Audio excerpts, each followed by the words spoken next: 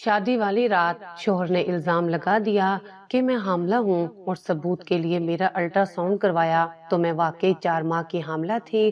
میں خود نہیں جانتی تھی کہ میں حاملہ کیسے ہوئی۔ سب مجھے بدکار کہنے لگے۔ شوہر نے طلاق دے کر نکال دیا۔ میں رات کو چارپائی پر لیٹی روئے جا رہی تھی جب اچانک میرا ہاتھ چادر کے نیچے پڑا۔ وہاں کچھ گرم گرم تھا۔ میں نے چادر ہٹائی تو میرا کلیجہ منہ کو آ گیا، کیونکہ وہاں پورے محلے میں لوگ ہمارے گھر کو بڑے احترام اور عزت سے دیکھا کرتے تھے۔ ابو کی شرافت کے پورے محلے میں چرچے تھے، مگر میں نے محسوس کیا تھا جب جب ابو کی تعریف ہوتی تھی تب تب میری پھپھو کے ماتھے پر بل پڑ جاتا تھا، جیسے انہیں کسی بات کا غصہ ہو اور وہ چپ کر جاتی ہوں۔ وہ منہ سے تو کچھ نہ کہتی مگر نفی میں سر ہلائے رکھتی۔ تعریف کرنے والا جب اٹھ کر چلا جاتا تو پھپھو کہتی، کسی کا ظاہر جتنا بھی پاک ہو، اللہ تعالیٰ تو نیتوں سے اپنے بندے کو جانتا ہے۔ میں اس بات میں سر ہلاتی تو پھپھو خاموش ہو جاتی، مگر ان کی آنکھوں میں بڑی اداسی ہوتی تھی۔ ایسا لگتا جیسے وہ مجھے کچھ کہنا چاہتی ہیں مگر کہہ نہیں پاتی۔ پہلے پہل تو میں اصرار کرتی رہ جاتی تھی، ان سے کہتی، مجھے بتائیں آپ کے دماغ میں کیا چل رہا ہے، مگر جب وہ جواب دینے سے انکار کر دیتی تو میں خاموش ہو جایا کرتی تھی۔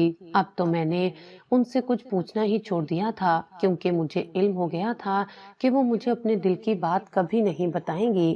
ہاں، ایک بات جو میں پچھلے کئی سالوں سے نوٹ کر رہی تھی وہ یہ تھی کہ میری پھپھو میرے ابو کو پسند نہیں کرتی تھی۔ نہ جانے ایسا کیوں تھا، کیونکہ میں نے تو آج تک اپنے باپ میں کوئی برائی نہیں دیکھی تھی، اور سب سے بڑی بات کہ پھپھا کے گزر جانے کے بعد ابو نے خندہ پیشانی سے اپنی بیوہ بہن کو قبول کیا تھا، انہیں اپنے گھر میں پناہ دی تھی، ان کے لیے ہر چیز مہیا کی تھی۔ پھپھو کی عدت پوری ہونے کے بعد ابو نے امی کے ذریعے کئی بار پیغام بھیجا تھا کہ میری بہن سے پوچھو کیا وہ دوبارہ نکاح کے بندھن میں بننا چاہتی ہے، تو پھپھو انکار کر دیا کرتی تھی۔ وہ کہتی تھی کہ جا کر کہہ دو اپنے شوہر سے کہ اگر میری 2 وقت کی روٹی بھاری پڑ رہی ہے تو میں کوئی مزدوری کر لوں گی، مگر میں نکاح نہیں کروں گی۔ امی وہ بات آ کر ابو کو بتا دیا کرتی تھی تو ابو کہتے، لگتا ہے میری بہن کا دل دنیاوی رشتوں سے بھر گیا ہے۔ کچھ عرصہ گزرا تو امی کی طبیعت خراب رہنے لگی اور پھر اچانک سے ایک دن امی کا انتقال ہو گیا۔ میں تب 4 برس کی تھی۔ امی کی جدائی کا غم تو مجھے پاگل کر رہا تھا۔ میں اپنے والدین کی اکلوتی اولاد تھی، اس لیے امی کے بے انتہا قریب تھی۔ ان کے جانے کے بعد تو ایسا لگتا تھا کہ میں دنیا بھر میں تنہا رہ گئی ہوں۔ میرا کسی چیز میں دل نہیں لگتا تھا، کھیل کود میں بھی دلچسپی نہ رہی تھی۔ میں سارا دن امی کو یاد کر کے روتی رہتی تھی، نہ کھاتی تھی نہ کچھ پیتی تھی۔ پھپھو تو اپنے شوہر کے غم میں نڈھال رہتی تھی، اس لیے انہوں نے کبھی مجھ پر توجہ نہیں کی تھی، مگر ایک دن میں بہت بیمار ہو گئی تھی، تب پھپھو کو میرا احساس ہوا تھا۔ میں بن ماں کی بچی تھی، پھر مجھے پھپھو نے ماں بن کر پالا۔ پھپھو میرا بہت خیال رکھنے لگی تھی، ان کی اپنی تو کوئی اولاد نہیں تھی، تو بس انہوں نے مجھے ہی اپنی کل حیات بنا لیا تھا۔ اب ان کا زیادہ وقت میرے ساتھ گزرتا تھا تو وہ پھر سے جی اٹھی تھی۔ امی کے جانے کے بعد میں بڑی تنہا ہو گئی تھی۔ میں نے ماں کا پیار پھپھو کی ذات میں تلاش کیا تھا، اس لیے پھپھو اب میرے ابو کے بارے میں جو کچھ بھی کہتی مجھے وہ برا نہ لگتا تھا، کیونکہ پھپھو تو میری ماں جیسی تھی۔ شام کا وقت تھا، میں مغرب کی نماز ادا کر کے کچن میں کھڑی تھی۔ پھپھو سالن بنا رہی تھی تو میں روٹیاں بنانے لگی تھی، تبھی ابو بھی کچن میں آ گئے۔ انہوں نے میرے سر پر پیار دیا اور کہنے لگے، ہنا مجھے بڑی بھوک لگی ہے، جلدی سے کھانا لے آؤ۔ اتنا کہہ کر وہ کچن سے نکل گئے تو پھپھو نے میری طرف منہ کر لیا اور میرا ہاتھ دبوچ کر کہنے لگی، اپنے باپ سے زیادہ گھلنے ملنے کی ضرورت نہیں ہے، تم جوان ہو، اپنے باپ سے بھی دوری بنا کر رکھو۔ مجھے پھپھو کی بات بڑی عجیب لگی تھی، بھلا باپ سے بھی کوئی دوری بنا کر رکھتا ہے؟ میں بولی، پھپھو آپ یہ کیسی باتیں کرتی ہیں؟ پھپھو کہنے لگی، یہ جو باپ ہوتے ہیں نا، یہ بڑی عجیب مٹی سے بنے ہوتے ہیں، یہ اپنی اولاد سے ماں کی طرح بے لوث محبت نہیں کرتے، ان کو جب کبھی اپنی اولاد سے کوئی مطلب پڑ جائے تو اپنی محبت یاد کروا دیتے ہیں۔ میں کندھے اچکا کر خاموش ہو گئی تھی، کیونکہ میرے پاس اس بات کا کوئی جواب نہیں تھا۔ میں اکثر سوچتی تھی کہ اب تو مجھے ان باتوں کا عادی ہو جانا چاہیے تھا، کیونکہ ہمارے گھر میں بڑا عجیب سا ماحول رہتا تھا۔ ابو پھپھو سے نظریں نہیں ملاتے تھے،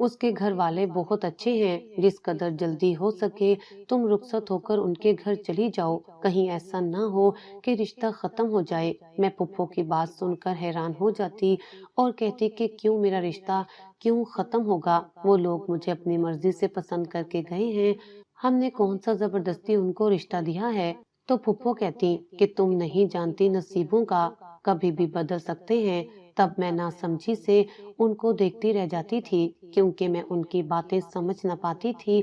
مجھے کہاں علم تھا کہ میرے نصیب تو میرے لیے کھیل سجا کر بیٹھے ہیں۔ خیر ہم زیادہ امیر تو نہیں تھے، جیسا کہ میں پہلے بھی بتا چکی ہوں کہ میرے ابو محلے کی مسجد کے امام تھے، تو بس ان کے پاس اتنا ہی سرمایہ تھا کہ ہماری روزی روٹی کا ہی بندوبست ہو پاتا تھا۔ پھپھو نے اپنی شادی کا کچھ زیور تو شادی کے تحفے کے طور پر دے دیا تھا اور کچھ کو بیچ کر میرے لیے کچھ جوڑے خرید لیے تھے۔ ہماری طرف سے شادی بالکل سادہ تھی، مگر ان لوگوں نے کہہ دیا تھا کہ ہم ولیمہ بہت دھوم دھام سے کریں گے۔ لڑکے والوں کو ہماری مالی حیثیت معلوم تھی، اس لیے انہوں نے مختصر سی بارات لانے کا وعدہ کیا تھا۔ میں نے بھی اپنی سہیلی کا لہنگا ادھار لے کر پہن لیا۔ میں بہت حسین لگ رہی تھی، نازک سی پتلی سی۔ میں شروع سے ہی بڑی سمارٹ سی تھی۔ میں بہت خوش تھی کہ اب میری زندگی بدلنے والی ہے، میری زندگی میں کوئی ایسا شخص آنے والا ہے جس کو میں اپنا کہہ سکوں گی۔ میں نے ساری زندگی شرافت میں گزار دی تھی، مگر دل میں تو ارمان تھے نا کہ مجھے کوئی ایسا شخص ملے جس کے ساتھ میں اپنے دل کی باتیں کر سکوں، جس کے ساتھ میں اپنے غم اور خوشیاں بانٹ سکوں۔ بارات کو کھانا کھلا دیا گیا تو رخصتی کا شور اٹھا تھا۔ میں نے پھپھو کے گلے میں باہیں ڈال دی۔ اس وقت مجھے امی بہت یاد آ رہی تھی، میری آنکھوں سے آنسو گرتے جا رہے تھے۔ ابو نے بھی میرے سر پر ہاتھ رکھا تو میں ان کے گلے لگ کر پھوٹ پھوٹ کر رونے لگی تھی۔ وہ بولے بیٹا اس وقت رونے کی ضرورت نہیں ہے، بلکہ اپنی نئی زندگی کے لیے دعا کرو، اللہ سب اچھا کرے گا۔ میں اپنے گھر سے رخصت ہو کر گاڑی میں بیٹھ چکی تھی۔ میرا شوہر میرے ہمراہ بیٹھا ہوا تھا، میری آنکھوں سے آنسو گر رہے تھے تو اس نے میرا ہاتھ پکڑ لیا۔ میرے دل کی دھڑکن ایک دم سے تیز ہو گئی تھی۔ میں نے نظریں اٹھا کر اس کی جانب دیکھا تو اس نے اپنے دونوں ہاتھوں سے میرے آنسو پونچھ دیے تھے۔ وہ کہنے لگا تم ہمیشہ میری بن کر رہنا، میں عمر بھر تمہارا ساتھ دوں گا، میں تمہاری ان پیاری پیاری آنکھوں میں کبھی آنسو نہیں آنے دوں گا۔ میں بہت پریشان تھی، اس لیے میرا شوہر میری دل جوئی کرنے لگا تھا۔ وہ ایک ڈیسنٹ لڑکا تھا، وہ اس وقت میرا دھیان بٹانے کی کوشش کر رہا تھا۔ وہ کہنے لگا تم سے پہلے بھی امی نے مجھے کئی لڑکیوں کی تصویریں دکھائی تھی، مگر ان کی طرف مجھے کسی قسم کا کوئی کھنچاؤ محسوس نہیں ہوا تھا، مگر جب میں نے تمہیں دیکھا تو سوچ لیا تھا کہ تم ہی وہ لڑکی ہو جو میری بیوی بنے گی، جو میرے گھر میں راج کرے گی۔ اپنے شوہر کی باتیں سن کر میرا دل بڑا پرسکون ہو گیا تھا۔ ہم دونوں کے درمیان جو اجنبیت کی دیوار حائل تھی وہ کچھ ہی لمحوں میں مٹ چکی تھی۔ میں تو اپنی قسمت پر رشک کر رہی تھی کہ مجھے اتنا اچھا جیون ساتھی ملا ہے۔ مجھے لگنے لگا تھا کہ اس کے ساتھ میری زندگی بہت خوبصورت گزرنے والی ہے، مگر مجھے کہاں علم تھا کہ قسمت کس طرح سے پلٹا کھائے گی اور میرے منہ پر تھپڑ مار کر کہے گی کہ زیادہ خوش ہونے کی ضرورت نہیں ہے، میں تمہیں ابھی تمہاری اوقات دکھا دیتی ہوں۔ خیر میرا سسرالی گھر آیا تو میرے شوہر نے میرا ہاتھ پکڑا، مجھے وہ گھر تک لے کر گیا تھا۔ چند رسمیں ہوئی تھی اور پھر مجھے بیڈ روم میں بٹھا دیا گیا تھا۔ پھولوں سے کمرہ سجا ہوا تھا۔ تھوڑے سے انتظار کے بعد ہی میرا شوہر بھی کمرے میں آ گیا تھا۔ وہ کہنے لگا ہنا تمہیں یہ کمرہ کیسا لگا ہے؟ میں مسکرا دی اور بولی بہت اچھا لگا ہے۔ تو میرا شوہر کہنے لگا ہاں تمہیں اچھا لگنا چاہیے، کیونکہ اب تم اس کی مالکن ہو، تم اس کمرے کی ہی نہیں بلکہ پورے گھر کی مالکن ہو، تم جو چاہے مرضی کرو، تم پر کسی قسم کی روک ٹوک نہیں ہے۔ مجھے تم سے بس وفا چاہیے، میں چاہتا ہوں کہ تم ساری زندگی میرے ساتھ وفادار رہو۔ میں نے آج تک کبھی کسی لڑکی کی جانب غلط نظروں سے نہیں دیکھا، تو میں چاہتا ہوں کہ میری بیوی بھی پاک صاف ہو۔ وہ میرے روبرو آ کر بیٹھ گیا تھا۔ کہنے لگا ہنا میں جانتا ہوں میں تم سے ایک ایسی بات پوچھنے والا ہوں جو غیر اخلاقی ہے، کسی بھی شوہر کو شادی کی پہلی رات یہ سب نہیں پوچھنا چاہیے، مگر میں اپنی زندگی کو تمہارے ساتھ گزارنے کا سوچ چکا ہوں اور چاہتا ہوں کہ آج کی رات ہی ہم دونوں کے درمیان تمام معاملات طے پا جائیں۔ میں تمہاری مرضی کے بارے میں سب کچھ جان جاؤں۔ اگر کبھی تمہارا کوئی دوست رہا بھی ہے تو مجھے بتا دو، میں تمہاری ہر بات کو، ہر خطا کو بھول کر تمہارے ساتھ ایک نئی زندگی گزارنا چاہتا ہوں۔ میں بولی، سمیر، میری زندگی میں آپ پہلے مرد ہیں جو آئے ہو۔ آپ سے پہلے میں نے کبھی کسی مرد کی طرف نظریں اٹھا کر بھی نہیں دیکھا۔ بات کرنا تو بہت دور کی بات ہے، میں اس وقت اپنے شوہر کے ساتھ 100% سچ بول رہی تھی۔ میں نے کبھی کسی مرد کے ساتھ دوستی کرنے کے متعلق سوچا بھی نہیں تھا۔ ہاں، مگر مجھے اس بات کا علم ہے کہ اگر مجھ سے ماضی میں کوئی خطا ہو جاتی یا کوئی گناہ ہو جاتا تو میں اس کے بارے میں کبھی بھی اپنے شوہر کو نہ بتاتی، کیونکہ مجھے پھپھو نے بہت پہلے ہی سمجھا دیا تھا۔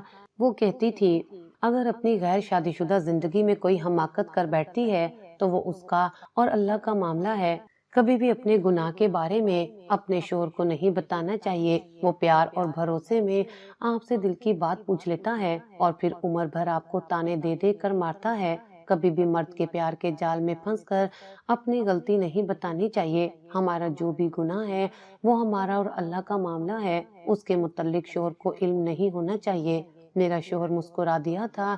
وہ کہنے لگا، ہاں ہنا، میں جانتا ہوں، کیونکہ تم ایک مولوی کی بیٹی ہو، تم کبھی کوئی غلطی کر نہیں سکتی۔ تم سے شادی کرنے کی بھی وجہ یہی ہے، ایک تو مجھے تم پسند آئی تھی اور دوسرا میرے پاس اس چیز کی گارنٹی تھی کہ تمہارا ماضی بے داغ ہوگا۔ میں مسکرا دی تھی۔ میرا شوہر مجھے محبت بھری نظروں سے دیکھ رہا تھا، پھر وہ کہنے لگا، ہنا، تم کپڑے بدل کر آ جاؤ، ہم دونوں بیٹھ کر باتیں کریں گے، ایک دوسرے کی پسند ناپسند کے بارے میں پوچھیں گے، ہم اپنی زندگی کے بہترین دن ایک دوسرے کے ساتھ گزاریں گے۔ سمیر کی باتیں سن کر تو میری آنکھیں چمک اٹھی تھیں، ایسا لگتا تھا کہ مجھے زندگی کی تمام خوشیاں میرے ہاتھ میں پکڑا دی گئی ہیں۔ میں جلدی سے آرام دہ لباس پہن کر آئی تھی۔ سمیر میری طرف مسکرا کر دیکھ رہا تھا تو کہنے لگا، اچھا، آج تم نے شادی کی پہلی رات سرخ رنگ کا لباس پہنا ہے تو اس کا مطلب ہے کہ تمہیں سرخ رنگ اچھا لگتا ہے۔ میں نے نفی میں سر ہلایا تھا اور بولی کہ نہیں، مجھے تو نیلا رنگ اچھا لگتا ہے، مگر پھپھو نے کہا تھا کہ شادی کے پہلے چند ایام میں تم سرخ رنگ پہننا، سرخ رنگ نئی نویلی دلہنوں کے لیے خوشی کی علامت ہوتا ہے۔ سمیر، میں چاہتی ہوں کہ آپ کے ساتھ خوشیوں بھری زندگی گزاروں۔ سمیر مسکرا دیا تھا۔ وہ کہنے لگا، یہ تو بہت اچھی بات ہے، تم مجھے بتاؤ تم اور کیا کیا چاہتی ہو۔ اس نے میرا ہاتھ پکڑا تھا اور مجھے اپنے روبرو بٹھا لیا تھا۔ میں بولی، مجھے آپ سے پیار، محبت اور عزت چاہیے۔ سمیر میرے ساتھ باتیں کرتے ہوئے مسکرا رہا تھا، مگر میں نے اچانک سے اس کے چہرے سے مسکراہٹ کو غائب ہوتے ہوئے دیکھا تھا۔ اس کا چہرہ پھیکا سا پڑ گیا تھا اور اس کو اس طرح سے پریشان دیکھ کر مجھے ایسا ہی لگا تھا کہ اب میں سانس نہیں لے پاؤں گی۔ مجھے کسی انہونی کا احساس بڑی شدت سے ہوا تھا۔ میں بالکل خاموش رہی تھی اور بڑی گہری نظروں سے سمیر کے چہرے کا جائزہ لے رہی تھی کہ اب وہ نہ جانے مجھ پر کیا بجلی گرانے والا ہے، نہ جانے وہ مجھے کیا بتانے والا ہے۔ سمیر نے آہستہ آہستہ کہنا شروع کیا تھا۔ وہ بولا کہ تم بہت دبلی پتلی سی ہو، کیا بہت کم خوراک کھاتی ہو؟ اس کی بات سن کر میں پریشان ہو گئی۔ مجھے لگا کہ شاید میرے شوہر کو پتلی لڑکیاں پسند نہیں، تو میں بولی کہ جی، چھوٹا سا تو میرا معدہ ہے، میں زیادہ کچھ کھا نہیں پاتی، لیکن فکر نہ کریں، اگر آپ کو موٹی لڑکیاں پسند ہیں تو میں اپنی خوراک ڈبل کر دوں گی اور کچھ ہی دنوں میں موٹی ہو جاؤں گی۔ مجھ پر کھانا بڑی جلدی اثر کرتا ہے، میں کچھ دن جم کر ناشتہ کر لوں تو دنوں میں ہی موٹی ہو جاتی ہوں۔ سمیر کہنے لگا، اگر یہی بات ہے تو پھر تم اپنی شادی کے لیے اتنی کمزور کیوں ہو گئی؟ میں بڑی گھبرا رہی تھی، رک رک کر جواب دے رہی تھی۔ میں بولی، فقط اس لیے کہ شاید آپ کو پتلی لڑکیاں پسند ہوں، اس لیے میں ڈائٹنگ کر رہی تھی۔ تو سمیر کہنے لگا کہ اچھا، تو اپنی ڈائٹنگ میں کامیاب ہو گئی؟ میں بولی، جی بالکل۔ تو وہ بولا، تو پھر تمہارا یہ پیٹ؟ اس نے یہ کچھ اس انداز سے بات کی تھی کہ میرے سامنے ساتوں آسمان گردش کرنے لگے تھے۔ میں بولی، کیا ہوا میرے پیٹ کو؟ تو وہ بولا کہ اس قدر بڑا ہوا کیوں ہے؟ تم تو بہت ہی سمارٹ سی ہو، اور جو لڑکیاں سمارٹ ہوتی ہیں ان کے پیٹ نہیں ابھرے ہوتے، تمہارے پیٹ کو کیا ہوا ہے؟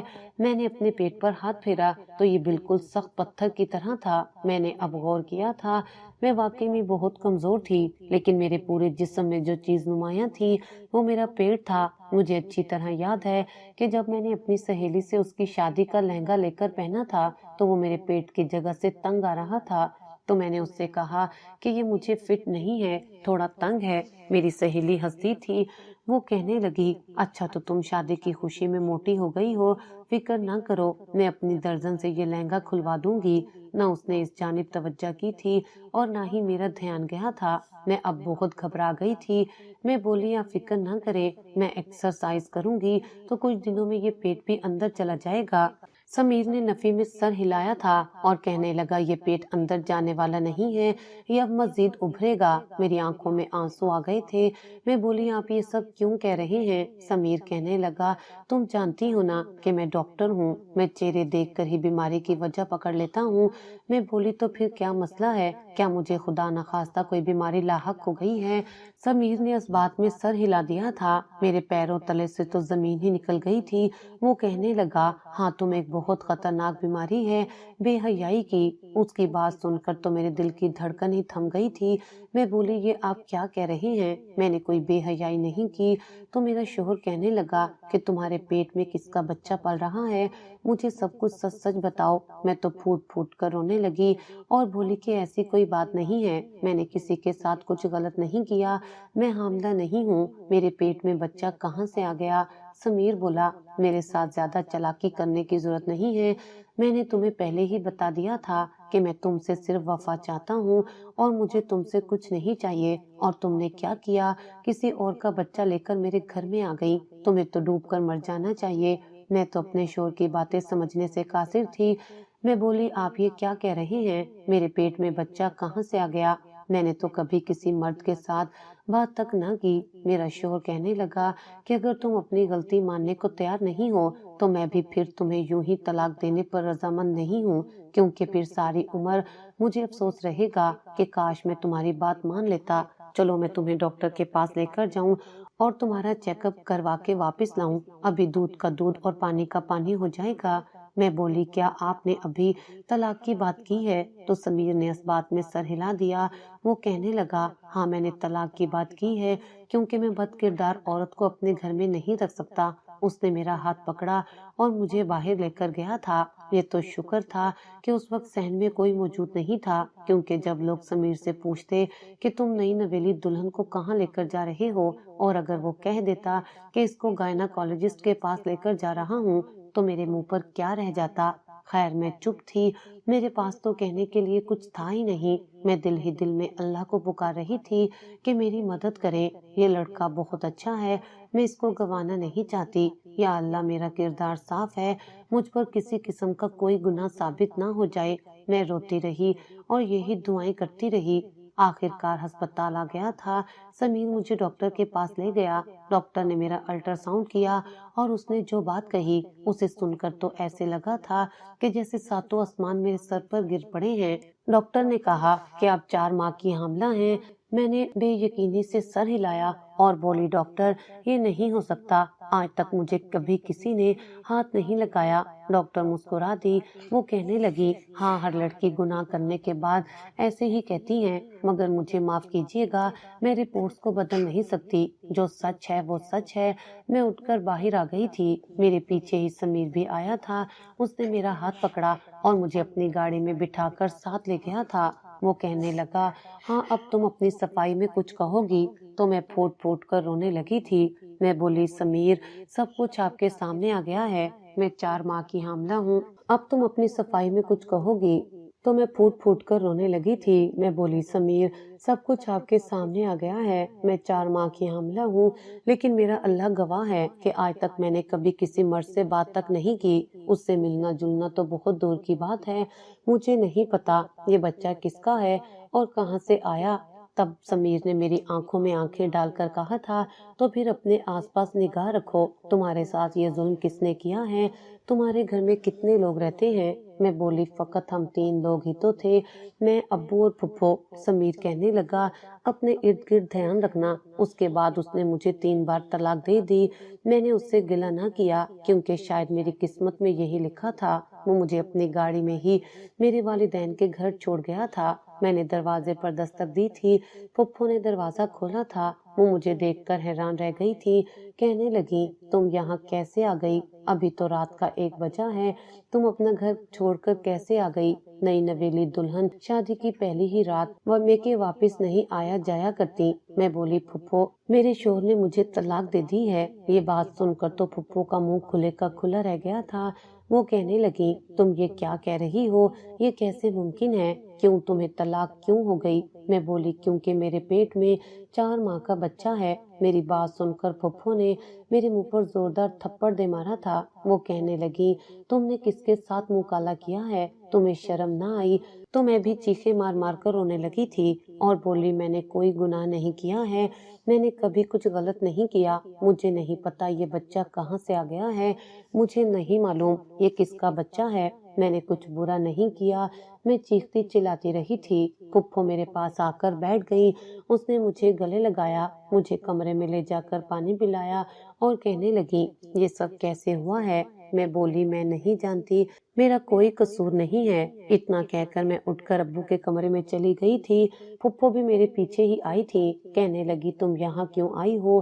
میں بولی میں تو ابو کو بتانا چاہتی ہوں کہ ان کی بیٹی اجڑ کر واپس آ گئی ہے۔ میں ابو کی چارپائی کے ساتھ بیٹھ گئی تھی۔ میں بولی ابو اٹھے، میری بات سنیں، مگر ابو نے میری کوئی بات نہیں سنی، وہ گہری نیند سوتے رہے۔ میں بولی پھپھو ابو کیوں نہیں اٹھتے، وہ مجھ سے بات کیوں نہیں کرتے؟ تو پھپھو کہنے لگی بیٹا تمہیں تو علم ہے نا کہ تمہارے ابو دن بھر گھر سے باہر رہتے ہیں، صبح بھی جلدی اٹھ جاتے ہیں، اس لیے رات بھر سوئے رہتے ہیں، اب یہ صبح جا کر ہی اٹھیں گے، تب تم اپنی بات بتا دینا اپنے ابو کو۔ پھپھو میرے ساتھ میرے کمرے میں آ گئی تھی، ہم دونوں پھپھو بھتیجی ساری رات روتی رہی تھی۔ میں بولی میرا مجرم میرے سامنے کیسے آئے گا؟ تو پھپھو کہنے لگی تم فکر نہ کرو، جس نے تمہارے ساتھ یہ سب کیا ہے میں اس کو ڈھونڈ ہی لاؤں گی، تم مجھ پر بھروسہ رکھو۔ صبح فجر کی اذان ہوئی تو پھپھو ابو کو جگانے کے لیے ان کے کمرے میں چلی گئی۔ ابو اٹھتے ہی مسجد جا پہنچے تھے، پھر وہ بڑی دیر بعد واپس آئے تھے۔ گھر آئے تو کہنے لگے کیا بات ہے؟ مجھے محلے کے لوگ بتا رہے تھے کہ رات کو میرے گھر سے رونے کی آوازیں آ رہی تھی، کون رو رہا تھا؟ بڑی حیرت کی بات ہے کہ میری آنکھ ہی نہ کھلی تھی۔ میں کمرے سے نکل آئی اور بولی ابو میں رو رہی تھی۔ ابو تو مجھے دیکھ کر حیران رہ گئے، وہ کہنے لگے کیا ہوا بیٹی، تم کیوں رو رہی تھی؟ تو میں نے ساری بات انہیں بتا دی تھی۔ ابو کے چہرے کی رنگت بدل گئی تھی۔ میں بولی ابو اس میں میرا گناہ نہیں، مجھے نہیں پتا میرے ساتھ کس نے ظلم کیا ہے۔ ابو بس خاموش رہے تھے، انہوں نے سر جھکا دیا تھا اور وہ گھر سے باہر نکل گئے تھے، جبکہ میں بڑی پریشان تھی، کوئی سرا میرے ہاتھ آتا ہی نہیں تھا۔ میرے گھر میں تو ہم تینوں کے سوا کوئی نہیں رہتا تھا، ایک پھپھو تھی، ایک ابو تھے، اور ان میں سے کسی پر بھی تو شک نہیں کیا جا سکتا تھا۔ میں نے مگر سوچ لیا تھا کہ ہر حال اپنے مجرم تک پہنچ جاؤں گی۔ میں اللہ تعالیٰ سے ہر وقت دعائیں کرتی رہتی تھی، میں کہتی تھی کہ یا اللہ میں بے گناہ ہوں، مگر جس نے بھی یہ سب کیا ہے اس کو بے نقاب کر دے۔ اب میں نے اپنے گھر کے معاملات پر نظر رکھنا شروع کر دی تھی۔ میں نے کسی کو محسوس ہونے نہیں دیا تھا کہ میں ہر چیز پر نگاہ رکھے ہوئے ہوں۔ بظاہر تو میں اپنے غموں میں کھوئی رہتی تھی، مگر مجھے ہر چیز کا علم تھا کہ میرے ارد گرد کیا ہو رہا ہے۔ پھپھو سارا دن پریشان رہتی تھی، گھر میں چلتی پھرتی رہتی تھی، اور جو ابو تھے وہ اس قدر غم زدہ تھے کہ وہ گھر میں آتے ہی نہ تھے۔ رات ہوتی تو پھپھو میرے ساتھ آ کر لیٹ جاتی تھی، وہ میرے ساتھ باتیں کرتی تھی اور کہتی تھی کہ تمہاری زندگی میں کچھ اچھا ہوگا، تم فکر نہ کرو، تمہاری پریشانیاں چلی جائیں گی، اللہ سب بہتر کرے گا۔ پھپھو مجھے امید دلاتی تو میری آنکھ لگ جاتی تھی، اور پھر میں صبح 4 بجے ہی سو کر اٹھتی تھی۔ میں اب سوچنے پر مجبور ہو گئی تھی کہ مجھ پر ایک قیامت بیت گئی تھی، غموں کا پہاڑ ٹوٹ پڑا تھا، مگر میری رات کی نیند کیوں کر خراب نہ ہوئی تھی؟ میں کیوں ساری رات سوئی رہتی تھی؟ اس کے پیچھے کیا وجہ تھی؟ پھپھو کی موجودگی میں مجھے کیوں نیند آ جایا کرتی تھی؟ اس لیے میں نے پھپھو کو کئی بار کہا کہ آپ میرے کمرے میں نہ آیا کریں، میں خود سے سو جایا کروں گی، مگر پھر بھی وہ میرے کمرے میں آ جاتی، اور جب تک میں سو نہ جاتی وہ کمرے سے باہر نہیں جاتی تھی۔ اس لیے میں نے سوچ لیا تھا کہ اب کی بار میں چالاکی کروں گی، پھپھو کے سامنے ایسے ظاہر کروں گی کہ سو گئی ہوں، مگر میں جاگتی رہوں گی اور پھر رات بھر ہر چیز پر نظر رکھوں گی۔ پھپھو میرے کمرے میں آئی اور مجھ سے باتیں کرنے لگی تھی۔ میں نے آنکھیں بند کی اور ان کو یہی ظاہر کیا کہ میں تو سو گئی ہوں۔ تھوڑی دیر بعد پھپھو نے مجھے پکارا، ہنا ہنا، مگر میں نے کوئی جواب نہ دیا تو وہ اٹھ کر باہر چلی گئی تھی۔ میں بھی اپنے بستر میں اٹھ کر بیٹھ گئی تھی۔ میں اپنے کمرے کی کھڑکی میں کھڑی ہو گئی تھی۔ ابھی زیادہ دیر نہیں گزری تھی کہ مجھے اپنے صحن سے کسی کے کودنے کی آواز آئی تھی، جیسے کہ کوئی شخص ہمارے گھر میں داخل ہوا ہے۔ میں ایک دم چوکنا ہو گئی تھی۔ یہ دیکھ کر تو میری جان ہی نکل گئی تھی کہ میرے گھر میں خوب رو نوجوان داخل ہو گیا تھا۔ اس نے ادھر ادھر کا جائزہ لیا۔ گھر میں اندھیرا تھا تو وہ میری پھپھو کے کمرے کی جانب بڑھ گیا تھا۔ یہ دیکھ کر تو میری جان نکل گئی کہ ہو سکتا ہے کہ یہ شخص چور ہو اور میری پھپھو کو نقصان پہنچا دے۔ میں بھی دبے قدموں سے صحن میں چلی گئی تھی۔ وہ لڑکا میری پھپھو کے کمرے میں تھا۔ میں نے آگے بڑھ کر کھڑکی سے دیکھا، وہ لڑکا کھڑا میری پھپھو کے ساتھ گفتگو کر رہا تھا۔ ایسا لگتا تھا کہ جیسے دونوں کی آپس میں جان پہچان ہے۔ باتیں کرتے کرتے اس نے اچانک سے ایک کپڑا پھپھو کے آگے کر دیا تو پھپھو گہری نیند میں ڈوب گئی تھی۔ میرے تو آسان خطا ہو گئے تھے، نہ جانے یہ لڑکا پھپھو کے ساتھ کیا کرنے والا تھا۔ تب وہ بولا، ہاں تو کیا سمجھتی ہے بڑھیا، میں تیری وجہ سے یہاں آتا ہوں، تجھے غلط لگتا ہے، میں تو تمہاری بھتیجی کے لیے آتا ہوں، مجھے بھلا تم میں کیا دلچسپی، ٹھیک ہے میں تم سے پیسے لے کر کھاتا ہوں، تم سے پیار محبت کی بات بھی کر لیتا ہوں، مگر میرے یہاں آنے کا اصل مقصد تو تمہاری بھتیجی ہے۔ اس کی یہ باتیں سن کر تو میں تھر تھر کانپنے لگی تھی۔ میں بھاگتی ہوئی اپنے کمرے میں داخل ہو گئی تھی۔ میں نے اپنے بستر پر 2 تکیے رکھ کر ان کے اوپر چادر ڈال دی تھی تاکہ یہی محسوس ہو کہ یہاں پر کوئی لیٹا ہے، اور خود اٹیچ باتھ میں جا کر چھپ گئی تھی۔ میں نے دروازے کے دراز سے دیکھا تھا، وہی لڑکا میرے کمرے میں داخل ہوا تھا۔ اس نے ایک شیشی اپنی جیب سے نکالی اور رومال میں بھگو کر میرے بستر پر چادر ہٹائی، اور مجھے سنگھانے کی نیت سے جب آگے بڑھا اور مجھے بستر سے غائب پایا تو وہ حیران رہ گیا کہ وہاں تو صرف تکیے پڑے تھے۔ اس کے بعد جو بے ہوشی کی دوا تھی وہ میرے بستر پر گر گئی اور میرا بستر گیلا ہو گیا تھا۔ اس لڑکے نے ادھر ادھر مجھے تلاش کرنے کی کوشش کی، مگر اسے معلوم ہو گیا تھا کہ میں جاگ رہی ہوں۔ وہ گھبرا گیا تھا کہ کہیں میں کسی کو بلا نہ لوں۔ اپنی جان بچانے کی خاطر وہ گھر سے بھاگ گیا تھا۔ میں باتھ روم میں بیٹھی پھوٹ پھوٹ کر رونے لگی تھی۔ ہائے میرے خدایا، کیا ہو گیا تھا، یہ سب کیا تھا، مجھے تو کچھ سمجھ نہیں آ رہا تھا۔ میں پھپھو کے کمرے میں گئی تھی، میں نے ان کو پکارا مگر وہ تو بے ہوش تھی۔ ابو کے کمرے میں گئی تو وہ بھی بڑی گہری نیند سے سو رہے تھے۔ میں واپس اپنے کمرے میں آ گئی، دروازہ بند کر دیا اور رات بھر اپنے کمرے سے باہر نہ نکلی۔ صبح میں اٹھ کر باہر گئی تو پھپھو نماز کے لیے بیدار تھی اور وہ ابو کو بھی جگا چکی تھی۔ ابو مسجد کے لیے نکل گئے تھے۔ پھپھو نے مجھے دیکھا تو کہنے لگی، تم اتنی جلدی کیسے جاگ گئی؟ میں بولی، میں نے اپنا مجرم ڈھونڈ لیا ہے۔ پھپھو حیران رہ گئی اور بولی، کہاں ہے تمہارا گنہگار، مجھے بتاؤ۔ میں نے پھپھو کا ہاتھ پکڑا اور انہیں اپنے کمرے میں لے گئی اور بولی، پھپھو مجھے آج آپ سچ سچ بتا دیں، میرے باپ نے آپ پر کیا ظلم کیا تھا؟ پھپھو کی آنکھوں میں آنسو آ گئے تھے۔ وہ کہنے لگی، شاید میں تمہیں کبھی یہ بات بتا نہ پاتی، مگر اب چونکہ تم خود غم سے گزر رہی ہو تو میں تمہیں سب کچھ سچ سچ بتا دیتی ہوں۔ میں جوانی میں ایک لڑکے کو پسند کرتی تھی، وہ بھی مجھے چاہتا تھا اور کہتا تھا کہ میں تم سے شادی کروں گا۔ میری امی بھی مان گئی تھی، مگر تمہارے باپ نے اس رشتے میں ٹانگ اڑائی تھی۔ وہ کہنے لگا کہ میں اس لڑکے سے اپنی بہن کی شادی نہیں کروں گا کیونکہ لڑکا کیبل کا کام کرتا ہے، یہ حرام کماتا ہے، میری بہن کو حرام کے لقمے کھلائے گا۔ میرے بھائی نے میرا وہاں رشتہ نہ ہونے دیا اور اپنے کسی مولوی دوست سے میری شادی کر دی تھی۔ وہ عمر میں مجھ سے 20 سال بڑا تھا۔ میرا شوہر اچھا تھا، میرا خیال رکھتا تھا، مگر میں اپنی محبت کو بھلا نہ پائی تھی۔ شادی کو کچھ ہی عرصہ گزرا تو میرا شوہر مر گیا۔ یہ صدمہ میرے لیے بہت بڑا تھا۔ سسرال والوں نے مجھے منحوس کہہ کر گھر سے نکال دیا۔ میں واپس اپنے گھر میں آ گئی تھی۔ اب میرا بھائی مجھ سے نظریں چراتا تھا، اس کو معلوم تھا کہ یہ سب اس کی وجہ سے ہوا ہے۔ اگر وہ میری پسند سے میری شادی کر دیتا تو آج میں بیوہ نہ ہوتی، میرے پاس میرے شوہر کا ساتھ ہوتا۔ بھائی مجھ سے بات کرنے سے بھی ڈرتا تھا، اپنی بیوی سے کہتا کہ جا کر پوچھو میری بہن سے کیا وہ دوبارہ شادی کرنا چاہتی ہے، کہ نہیں۔ میں نے اپنے محبوب کا نمبر تلاش کیا، اس سے بات کی تو اس نے کہہ دیا کہ میں بھی شادی کر چکا ہوں، میری زندگی میں تمہاری کوئی گنجائش نہیں ہے۔ میں نے بھی دوسری شادی سے انکار کر دیا۔ اس دن سے لے کر اب تک مجھے تمہارے باپ سے نفرت ہے۔ مجھے ڈر لگتا تھا جب تم سے پیار کرتا تھا، تمہارے ناز نخرے اٹھاتا تو مجھے لگتا کہ وہ تمہاری شادی کسی بڑی عمر کے مرد سے کر دے گا۔ تم انکار کرو گی تو تمہیں اپنی محبت یاد دلائے گا، کہے گا میں نے تم سے بہت پیار کیا، تمہاری ہر خواہش پوری کی، کیا تم میری چھوٹی سی خواہش پوری نہیں کر سکتی؟ اس لیے میں نہیں چاہتی تھی کہ تم اپنے باپ سے گھل مل جاؤ، کیونکہ بیٹیاں تو اپنے باپ کی خاطر جان دینے کے لیے بھی تیار ہو جاتی ہیں۔ تم بھی باپ کی خوشی کی خاطر کسی بڑی عمر کے مرد سے شادی کر لیتی اور پھر میری طرح بیوہ ہو جاتی۔ اس لیے میں نے تم دونوں باپ بیٹی کے درمیان میں ہمیشہ ایک لائن کھینچ کر رکھی تھی، اور میں جب تمہارے باپ کی جانب دیکھتی تو میرا غم تازہ ہو جاتا تھا، میں اس کی طرف دیکھ کر برتن پٹکنے لگتی تھی۔ خیر میں نے بھی سوچ لیا تھا کہ میں اس مرد سے بدلہ لے کر رہوں گی۔